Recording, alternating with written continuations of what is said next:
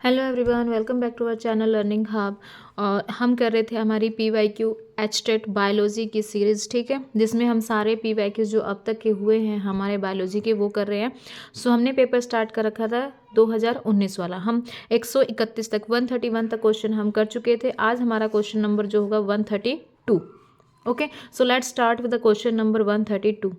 In one non replicated chromosome, मतलब जो अब तक रेप्लिकेट ही नहीं हुआ है, उस एक नॉन रेप्लिकेटेड क्रोमोसोम के अंदर how many DNA molecules are present. भाई जब तक वो रेप्लिकेट ही नहीं हुआ है, उसका कोई रेप्लिकेट आया ही नहीं है, तो कितने DNA मॉलिक्यूल्स उसके अंदर प्रेजेंट होंगे? कितने प्रेजेंट होंगे? ओनली 1। ओके, सो हमारा आंसर यहाँ पे हो जाएगा only 1। That is option number 2। Move to the next question, that is question number 133। cause of Cry-du-Chat syndrome is, ये एक डिजीज़ है। तो ये जो सिंड्रोम हुआ है, ये डिजीज़ जो हुई है, ये किसकी वजह से हुई है? पहला ऑप्शन क्या है? Fertilization of an XX egg by a normal Y bearing sperm. ये तो क्या है? हमारी नॉर्मल कंडीशन है, इसमें तो कोई डिजीज़ होती ही नहीं है। ट्राइसोमी ऑफ क्रोमोसोम 21, जब ट्राइसोमी हो जाती है क्रोमोसोम 21 के ऊपर, तो वो क्या कहलाता है? वो हमारा टर्नर्स सिंड्रोम कहलाता है। क्या कहलाता है? टर्नर्स सिंड्रोम कहलाता है, right. Loss of half of the short arm of the chromosome 5, chromosome 5 के ऊपर शॉर्ट आर्म जो होती है उसका लॉस हो जाना, loss of half of the short arm of the chromosome 5, तो वो क्या कहलाता है? हमारा क्राई-ड्यू-चैट सिंड्रोम। तो यहाँ पे हमारा जो आंसर होगा वो क्या होगा? Answer number 3। Loss of long arm of chromosome 5 ये भी नहीं है। क्लियर हुआ? Next is the which of the following is a poisonous mammal. इनमें से कौन सा जो है वो पॉइजनस मैमल है? Male guinea pig, female guinea pig, male ornithorhynchus and the female ornithorhynchus. ठीक है, तो इसके अंदर जो मेल ओरिन्थोरिंकस है ये हमारा क्या होगा? पॉइजनस मैमल होगा। So our answer is the option number 3। Next is the which of the following causes typhoid fever. और टाइफाइड फीवर को जो हम जिस टेस्ट से करते हैं वो टेस्ट का नाम क्या है? वाइडल टेस्ट है। कई बार इनका टेस्ट भी पूछ लेते हैं कि ये वाला टेस्ट कौन से फीवर को या कौन सी डिजीज को चेक करने के लिए यूज होता है। Okay, so Widal test belongs with the typhoid. Which of the following causes typhoid fever in human. इनमें से कौन सा बैक्टीरिया जो है वो टाइफाइड फीवर को कॉज करता है? Shigella, salmonella, toxoplasma and the microfilaria. So salmonella जो है वो salmonella typhi causes the typhoid fever, right. ये हो जाएगा यहाँ पे। Next is the coelom is a space between. Coelom जो है वो एक स्पेस होता है, तो वो स्पेस जो होता है वो कौन सी लेयर के बीच में होता है? स्प्लिटेड मेसोडर्म के बीच में, मेसोडर्म एक्टोडर्म के बीच में, एक्टोडर्म एंड एंडोडर्म के बीच में, या फिर स्प्लिटेड एंडोडर्म के। बाहर वाली क्या है? एक्टोडर्म है, सेंटर वाली क्या है हमारी? मेसोडर्म, और अंदर वाली क्या है? एंडोडर्म है। तो जो सिलोइम जो स्पेस प्रेजेंट होता है वो किसके बीच में प्रेजेंट होता है? वो होता है हमारा स्प्लिटेड मेसोडर्म के बीच में। किसके बीच में होता है? स्प्लिटेड मेसोडर्म के बीच में, right. Next is the question number 137। Question number 137 is the areolar connective tissue. जो एरियोलर कनेक्टिव टिश्यू है वो किसको ज्वाइन करता है? फैट बॉडी विद मसल्स को। तो जब fat body with muscle join होते हैं तो वो क्या कहलाता है? हमारा एडिपोज टिश्यू कहलाता है। क्या कहलाता है? एडिपोज टिश्यू कहलाता है। Next is the integuments with muscle. जब इंटेग्यूमेंट्स मसल के साथ जुड़ती है तो वो क्या कहलाएगा? हमारा एरियोलर कनेक्टिव टिश्यू कहलाएगा। थर्ड क्या है? Bones with bones. जब एक बोन दूसरी बोन्स के साथ अटैच होती है देन इट इज लिगामेंट। तो किसके थ्रू होती है? लिगामेंट टिश्यू के थ्रू होती है। ओके, नेक्स्ट हमारा क्या आता है? Bones with muscles. तो वहाँ पे क्या होता है? हमारे tendons, bone with muscles, tendons. इसने यहाँ पे सिर्फ एरियोलर कनेक्टिव टिश्यू पूछा है, ठीक है, बट ऑप्शंस में हमें 4 क्वेश्चंस यहाँ पे मिल गए हैं। फैट बॉडी विद मसल्स क्या हो गया हमारा? एडिपोज हो गया। इंटेगुमेंट विद मसल्स क्या हो गया? एरियोलर हो गया। बोन्स विद बोन्स क्या बन जाते हैं? लिगामेंट्स हो जाते हैं। बोन्स विद मसल्स क्या होगा? हमारा टेंडन्स होगा। तो बाकी के क्वेश्चंस भी हमें क्लियर होने चाहिए ताकि इनमें से अगर कोई क्वेश्चन आता है तो हमारा आंसर जो है वो गलत ना हो। यहाँ पे जो हमारा आंसर होगा वो क्या होगा? Answer number 2, right. Next is the first step in biosynthesis of polypeptide. जब पॉलीपेप्टाइड बन रही है, जब पॉलीपेप्टाइड चेन बनती है तो उसके अंदर सबसे पहला स्टेप क्या होता है? सबसे पहला स्टेप होता है हमारा अमाइनो एसाइल को अटैच करना। तो इसके अंदर क्या? टर्मिनल ट्रांसफरेज क्या है? टर्मिनल मतलब एंड हो गया। टर्मिनल ट्रांसफरेज क्या है? वो तो एंड हो गया। पेप्टिडिल ट्रांसफरेज क्या है, ये भी नहीं है। इनिशिएशन फैक्टर, ये तो फैक्टर्स लगते हैं यहाँ पे, ठीक है, ये ग्रुप अटैच नहीं हो रहा, ये इनिशिएशन फैक्टर्स हैं जो उसके बायोसिंथेसिस में हेल्प करते हैं, तो ये भी नहीं है। नेक्स्ट लास्ट क्या हमारा, अमाइनो एसिड टीआरएनए सिंथेटिस। जो सबसे पहला स्टेप होता है बायोसिंथेसिस ऑफ पॉलीपेप्टाइड के लिए, वो होता है हमारा अमाइनो एसिड टीआरएनए सिंथेटेज। तो आंसर यहाँ पे हमारा क्या हो जाएगा, option number 4। Next is the Kupffer cells are found in humans. जो कफर सेल्स है वो किससे बिलोंग करता है, वो बिलोंग करता है हमारा लीवर से। तो इस पे ना बहुत सारे क्वेश्चंस पूछे गए हैं कि लीवर के अंदर कौन कौन से सेल प्रेजेंट होते हैं। तो लीवर के अंदर जितने भी सेल प्रेजेंट होते हैं वो हमारे माइंड में बिल्कुल सेट हो जाना चाहिए, क्योंकि 2-3 टाइम्स जो है ये अलग अलग सेल का नाम पूछता है कि ये वाला सेल किसके अंदर प्रेजेंट है, ये सेल किसके अंदर प्रेजेंट है, और वो सेल हमारा कहाँ होता है, लीवर में। तो लीवर के सेल्स जो हैं वो हमें अच्छे से लर्न करने हैं। कफर सेल्स कहाँ पे प्रेजेंट होता है, हमारा लीवर के अंदर। Next is the which of the following reptiles is a living fossil. इनमें से कौन सा रेप्टाइल जो है वो एक लिविंग फॉसिल होता है, स्फिनोडोन, क्रोकोडाइलस, वैरानस, टोर्टोइस। कौन सा रेप्टाइल जो है वो लिविंग फॉसिल है, तो स्फिनोडोन जो है वो एक लिविंग फॉसिल यहाँ पे प्रेजेंट होता है। स्फिनोडोन जो है वो कनेक्टिंग लिंक होता है between the amphibia and reptiles. किसके बीच में, एम्फीबिया और रेप्टाइल्स के बीच में कनेक्टिंग लिंक होता है, और ये लिविंग फॉसिल के नाम से जाना जाता है, right. Next is the which of the following is not true. इनमें से कौन सा ट्रू नहीं है अबाउट द चिक एम्ब्रियोलॉजी। चिक एम्ब्रियोलॉजी के बारे में इनमें से कौन सी स्टेटमेंट जो है वो ट्रू नहीं है। चिक एम्ब्रियोलॉजी भी हमें थोड़ा डिटेल से पढ़ना है, इसके ऊपर भी क्वेश्चंस जो हैं वो बनते हैं। The egg cell is formed of silica. Silica का नहीं बनता है, कैल्शियम कार्बोनेट का बनता है। किसका बनता है, कैल्शियम कार्बोनेट का बनता है। क्लीवेज इन चिक एम्ब्रियो इज मीरोब्लास्टिक। जो क्लीवेज होती है चिक एम्ब्रियो के अंदर वो कौन सी होती है, मीरोब्लास्टिक होती है। Chick embryo receives its nutrition from the yolk sac. जो चिक एम्ब्रियो है वो अपना न्यूट्रिशन कहाँ से लेगा, योक सैक से लेगा, ये भी स्टेटमेंट करेक्ट है। Eggshell membranes are 2 in number. जो एक्सेल की मेम्ब्रेन होती हैं वो 2 होती हैं। तो यहाँ पे हमसे इनकरेक्ट नोट पूछा था, तो सबसे पहली स्टेटमेंट मतलब फर्स्ट ऑप्शन ही जो यहाँ पे रॉन्ग हो जाएगा, okay. Which of the following is not true about chick embryology? The egg shell is formed of silica. ये स्टेटमेंट यहाँ पे wrong है। सो नेक्स्ट क्वेश्चन पर मूव करते हैं, that is question number 142।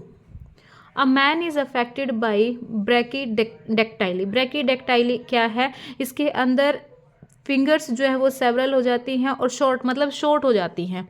A man is affected by brachydactyly and autosomal dominant trait that causes shortening of the several fingers. मतलब जिसके अंदर फिंगर्स जो हैं वो स्मॉल हो जाती हैं। What is the risk that the man's first child will have brachydactyly. तो अगर ऑटोसोमल डोमिनेंट ट्रेट है ये किसी पेरेंट के अंदर, तो क्या चांसेस होंगे कि उनका जो फर्स्ट मेल चाइल्ड होगा वो भी क्या हो, ब्रैकीडेक्टाइली हो, मतलब उसके अंदर भी ये वाला डिसऑर्डर जो है वो पाया जाए, है ना। अब हमारा क्या है, ब्रैकीडेक्टाइली है, तो मैं इसको अगर बी से डिनोट करूँ तो डोमिनेंट ट्रेट है, तो या तो दोनों बी भी होना चाहिए या फिर क्या होना चाहिए, एक कैपिटल और एक स्मॉल होना चाहिए, ठीक है। तो ये दोनों ट्रेड जो है वो क्या शो करेंगे, ब्रैकीडेक्टाइली शो करेंगे। तो इनके जो चांसेस होंगे वो क्या होंगे, हमारे 50% चांसेस जो होंगे, ठीक है, क्या होंगे हमारे 50% चांसेस होंगे एक मेल चाइल्ड का ब्रैकीडेक्टाइली होने का, राइट।